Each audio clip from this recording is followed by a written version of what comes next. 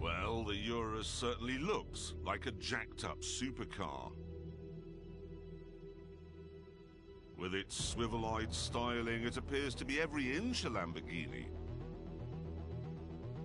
But is it?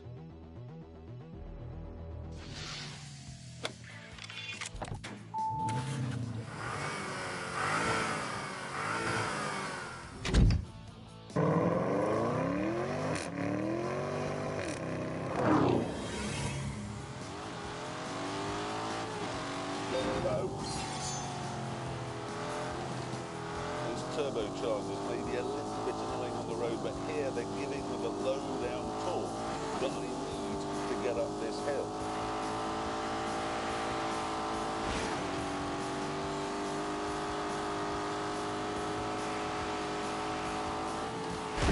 Oops. That was stupid!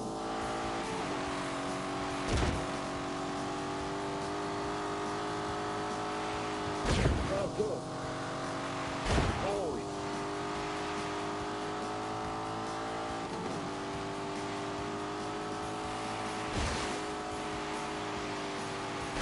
Oh, dearie me. Oh!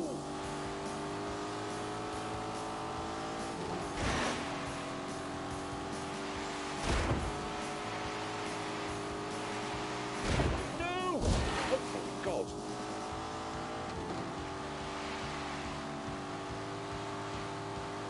Oh, good.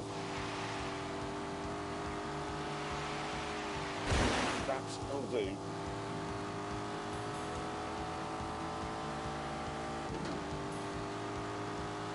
Oh, dearie me. Oh!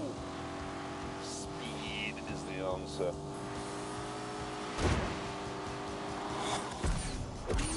This is the first Lamborghini to use turbocharging and the first to have an automatic gearbox. And what that combination means is there's a very slight and rather un-Lamborghini-ish gap between putting your foot down and it getting going. And when it does get going, there are no screaming histrionics. Sure, there's a bit of popping and banging from the back. But you can't hear that inside, where everything is muted and refined. I'd see the Pope in one of these.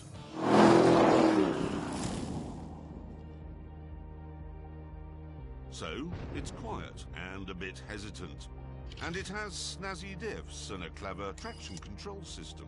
And the biggest carbon brakes ever fitted to a road car. So it's safe as well. However, there's no getting around the fact that I'm currently driving on snow and ice in a car that has 641 horsepower rampaging around underneath its bonnet.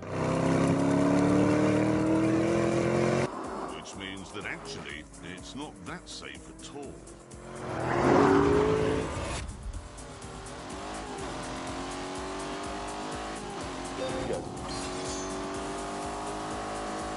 There's no manual locking differentials, there's no low-range gearbox. All you can do is fire it up and then put the drive system into snow mode. It is quite scary through here.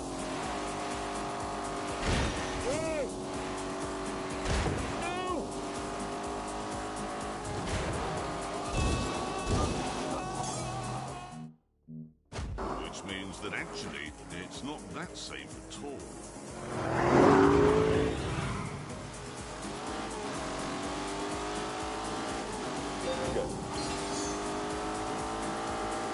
There's no manual locking differentials, there's no low-range gearbox. All you can do is fire it up and then put the drive system into snow mode. Oh God, that looks tricky. No!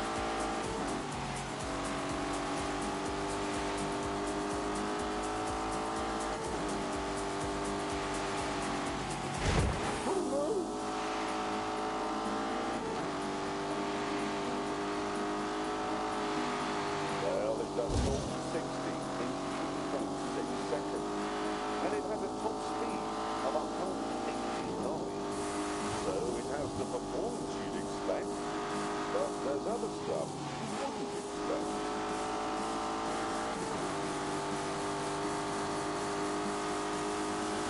This car then, it sits right at the moment where excitement stops and terror begins. That is Lambo land, that is. Shit.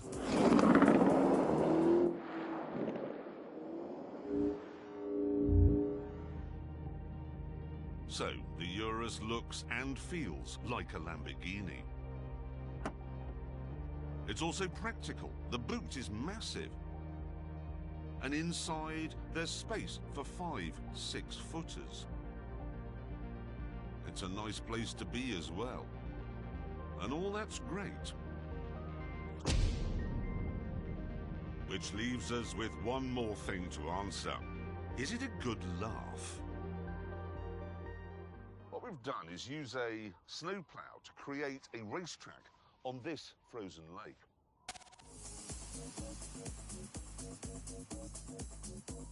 And this is what we have planned. I'm going to try and overtake this, a four-wheel drive Porsche 911 Turbo, which is being driven by the Grand Tour's racing driver, Abby Eaton. Have you seen this crack? I hadn't noticed that before. Look at the state of this. You're the heavier car, aren't you? That's 2.4 tons, and I weigh half a ton. Are you not worried about that? I haven't got my seatbelt on, so if it goes under, I can get out straight away. Seriously? Yep.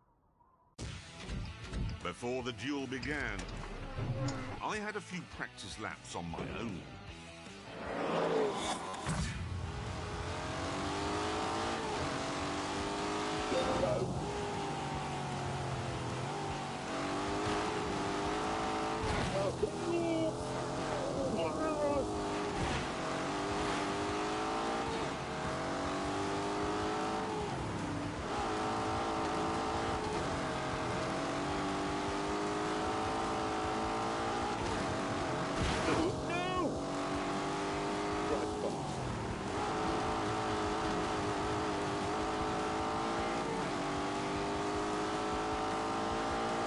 Here we go, speed up again now.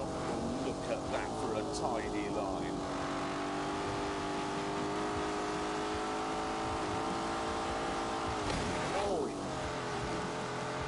Oh, keep your foot in it, man.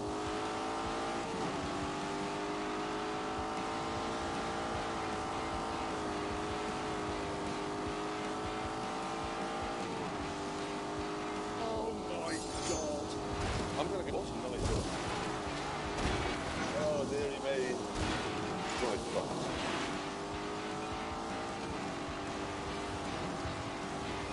Oh, drive carefully.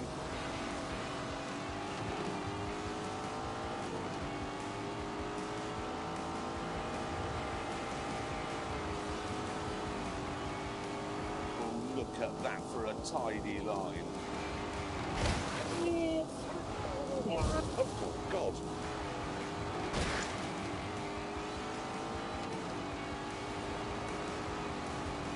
It is quite scary through here.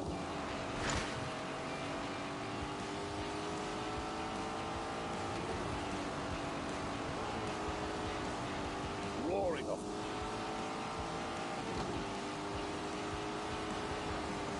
That's oh, God.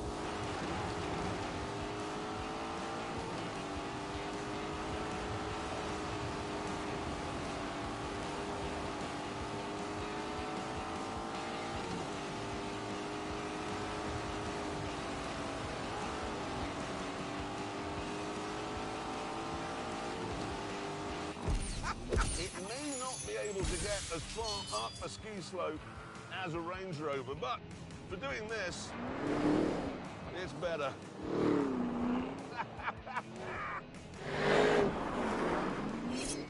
But would it be good enough to get past Abby in that Porsche? There she is. There she is. The bell has sounded. The race is on. Now we'd find out what's what on our specially designed tread.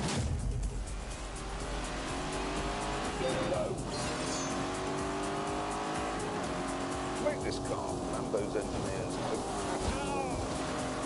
There's my foot into the floor. Oh, my Urus is a bit twitchy. Something to say to your doctor.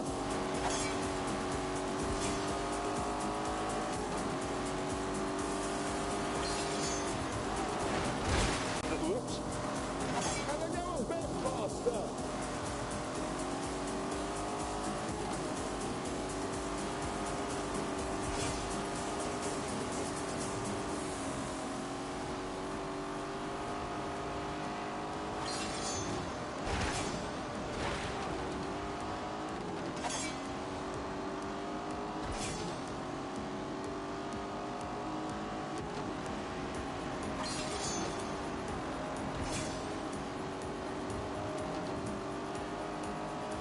Oh, yeah. Drive fast. Oh, no.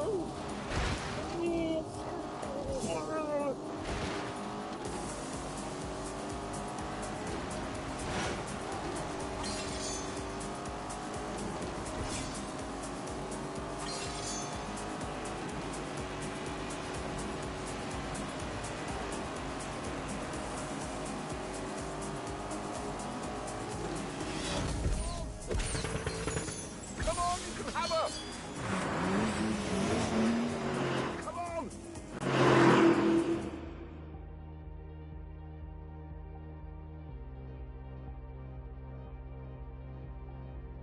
For lap after lap, the big, heavy Urus clawed at the rear end of the 911 Turbo. Oh, God! Really? No! But eventually, I had to admit defeat. I can't get past that 911, and that's just an end of it. But I can keep up. And in an off-road car, that is fairly astonishing. It really is.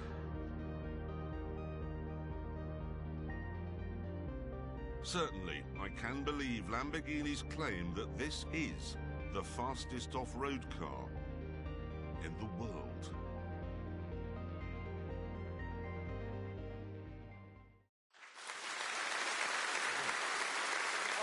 That was fun, yeah, nice day out.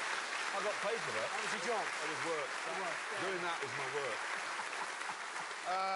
It probably won't be the fastest off-road car in the world for very long, though, because both Aston Martin and Ferrari have got big SUVs coming out this year. Yeah, whatever. Thing is, could you really tell people that you have a Urus? Because it sounds like a minor alien out of Star Trek. Yeah. But it does work as a Lamborghini. Yeah. But no. Well, this is excellent consumer advice. Yeah, I'm it's glad that- very clear, very clear. The thing is, after I made that film, which was quite good fun, I came home and I thought the trouble is it could do with being a bit more Aventador-ish. It could do with being a bit more mad. Are you saying you changed your mind? Yes. Oh, great. So Prime Minister Clarkson returns from the summit. I've declared war. But on the plane home, I had another think about it, and I'm not so sure now. I've changed my mind. Exactly, that's what I've done. Good. Well, since we're in such a sensible frame of mind, I'd like to move things on now with a brief history lesson.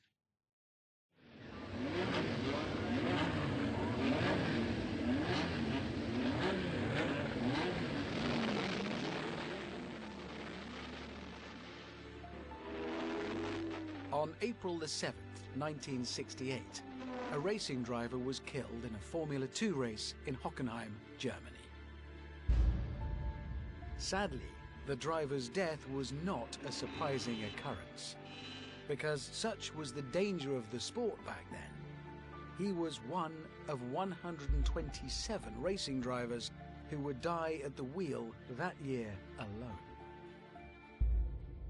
This time, though, the death sent shockwaves through the motorsport world, because it had just lost the man who was unquestionably the greatest racing driver of his day, and who many argue is still the greatest of all time.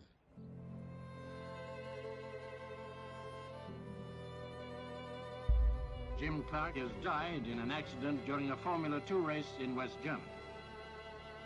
It was a terrible shock to everybody. It really knocked us all back. If there was anybody who was not going to have a fatal accident, it was Jim Clark, because he drove in such a way that he just didn't do the mistakes that other drivers did. In California, a radio station broadcaster announcing the news of Clark's death asked his listeners to turn on their headlights as a mark of respect. And the freeways lit up.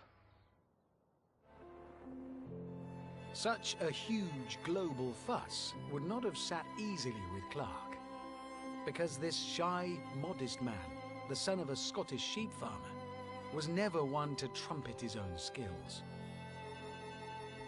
I started as an amateur with no idea or no intention of becoming world champion, but I was curious to find out what it was like to drive a car fast, to drive on a certain circuit, to drive a certain type of car.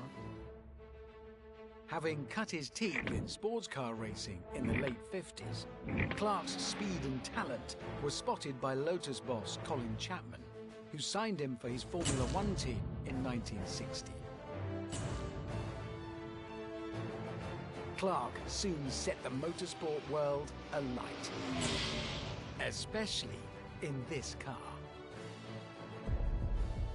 The Lotus 25,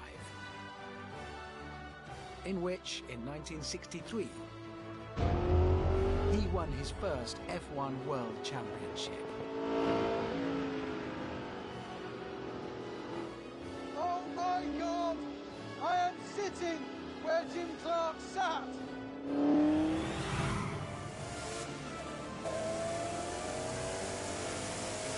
Again!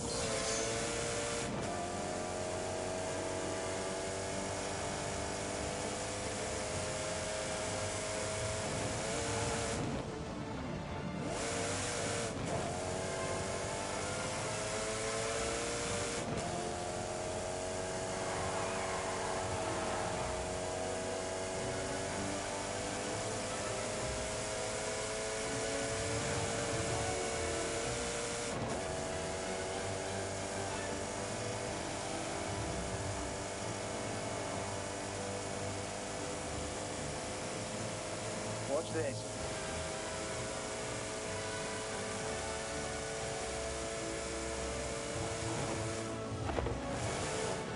Oh my God. Try it now.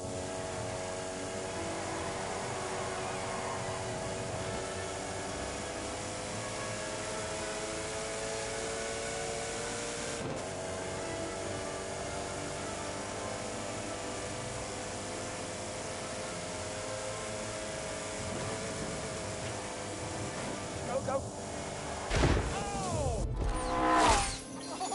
This is electrifying! These were not powerful cars. They only made 210 brake horsepower for 1.5 litres, but they were still good for 180 miles an hour.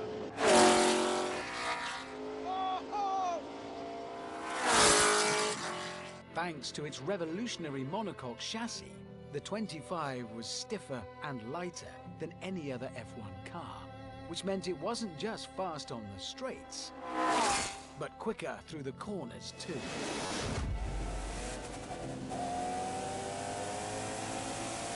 Go!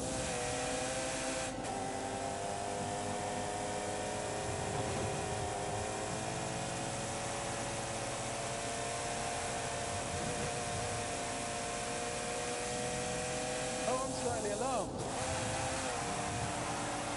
Oh no. It is spicy.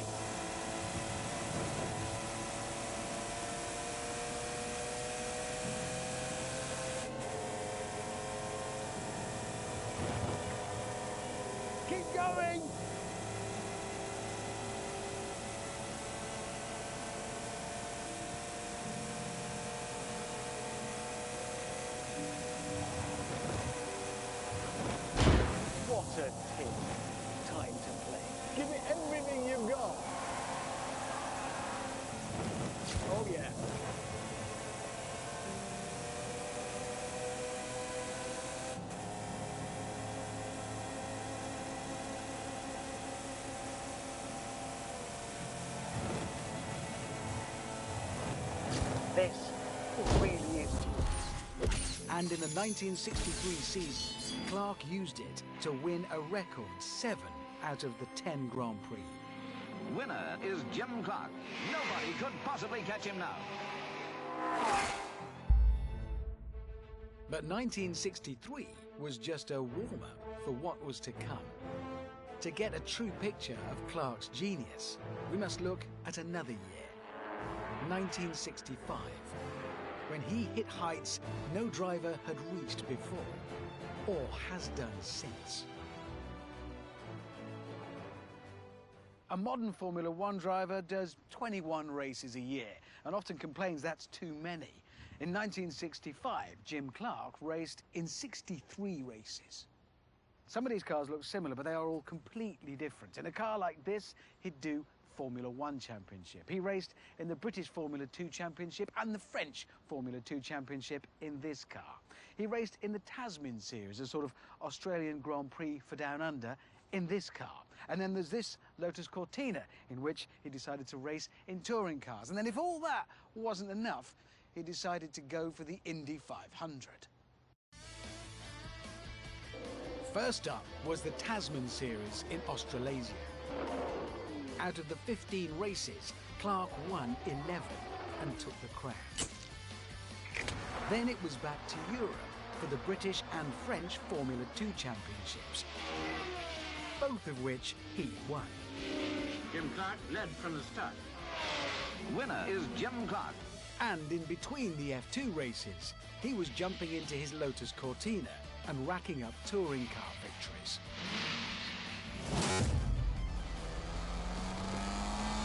Go!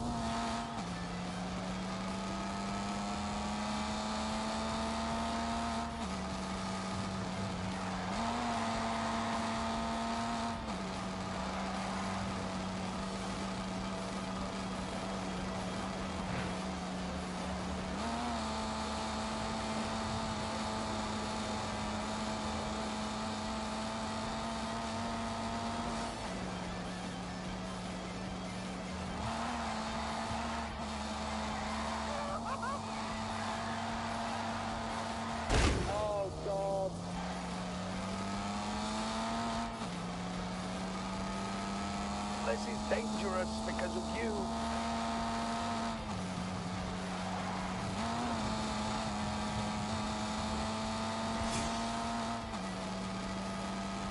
Are you ready?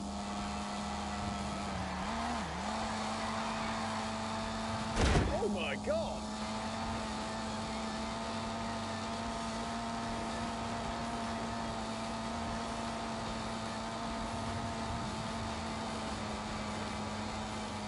Oh my God!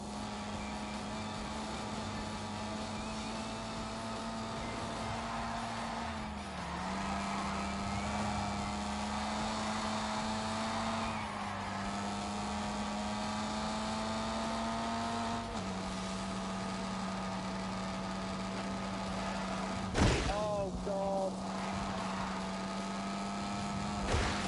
Oh, what a victory!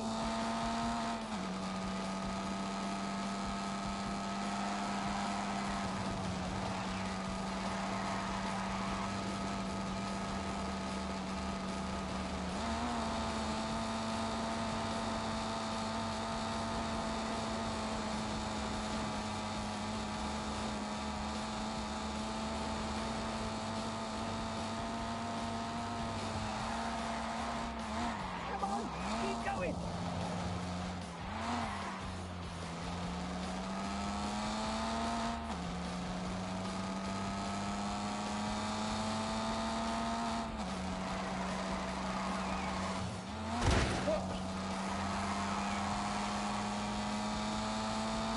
And on top of all that, there was America.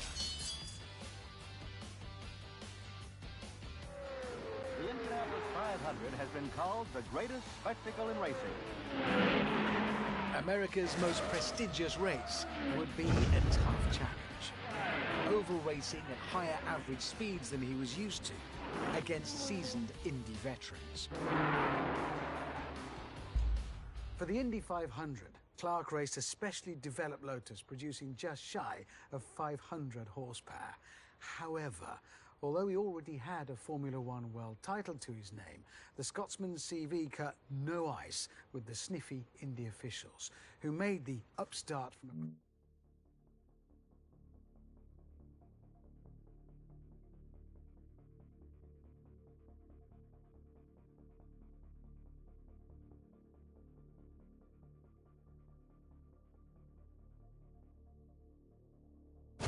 pond take a rookie driving test before he could compete.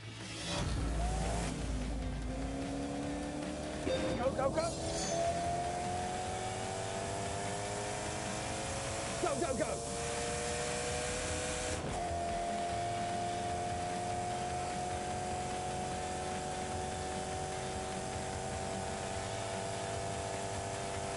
Unleash the beast!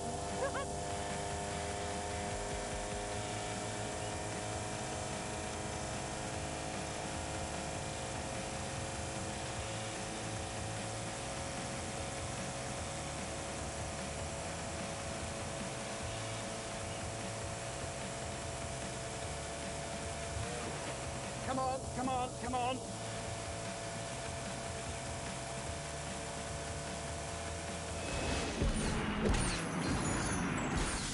Come Indy weekend, the upstart from across the pond qualified on the front row.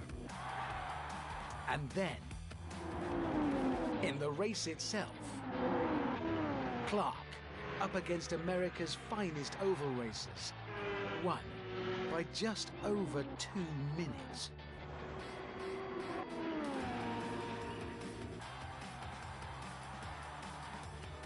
Jim Clark, first European to win at Indianapolis since 1916, set a new record of 150.686 miles per hour. So what was it that made Clark so good? What was it that made him capable of winning in any type of car? Jimmy was an absolute natural driver, and he did it without thinking. He didn't know why he was driving in this style the way he did. In the period that we're talking about, we had 1.5 litre cars, 200 horsepower. If you drove the car too hard, you would scrub the speed off. And if you lose a bit of speed, it's very difficult to actually make it up again. And that's what Jimmy had the knack of, keeping the momentum of the car going. I don't think that any of the modern drivers could have driven the car anywhere near as quickly as Jimmy did, because he was just so precise. Go!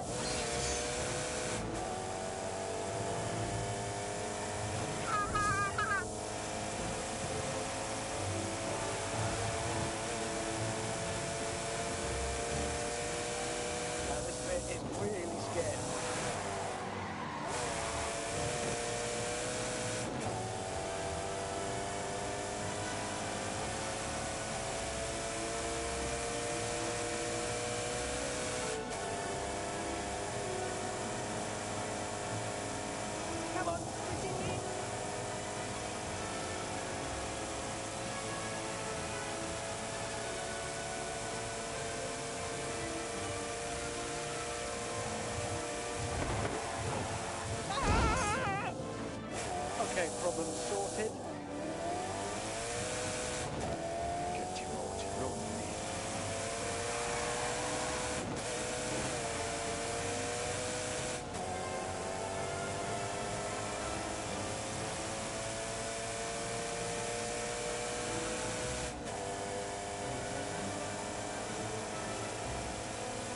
Oh, here we go, here we go.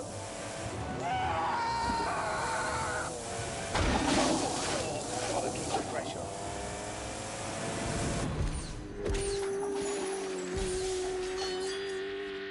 Besides a supernatural ability to coax speed out of the car, Clark also possessed another vital skill. A lot of very good racing drivers died in Lotuses because the Lotus was a very fragile car. But Jim Clark was so smooth that he never put too much stress on the areas of a car that would give up. But don't think for a minute that Clark was one of those drivers that could only win in a perfect car. One year at Spa, for example, he was leading the race when his gearbox started to let go. Did he give up? Nope. Instead, he drove the rest of the race, and we're talking 160 miles an hour in the wet, with one hand on the steering wheel and the other holding the gear lever in place.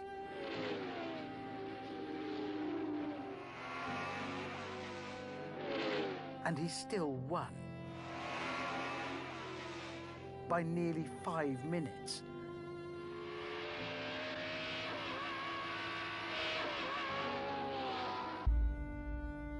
So let's just sum up Clark's season of 1965.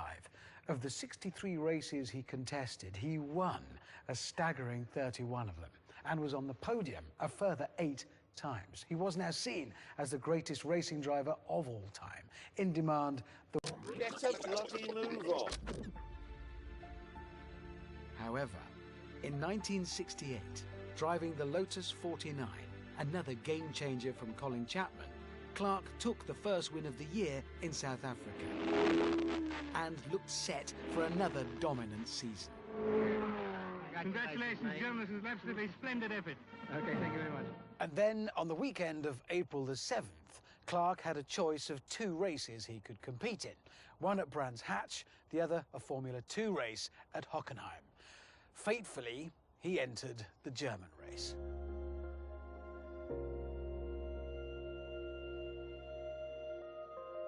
April the 7th is a bad day for me. He wasn't happy. It was freezing cold and damp, misty. We could not get any heat into the tyres. Couldn't get any temperature in them, no matter what we did. Jimmy said to me, "Father, do not expect anything from me today. Just keep me informed with the pit board, where I am, how many laps to go." That's the last thing he said.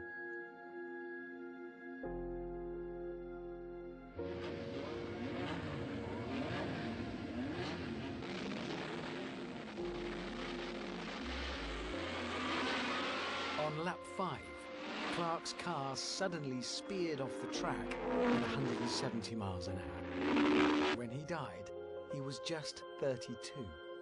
But in his short career, he had racked up some truly incredible achievements. In Formula 1, he won 25 of... Get out of the way! Here we go! Hurry up! Good night.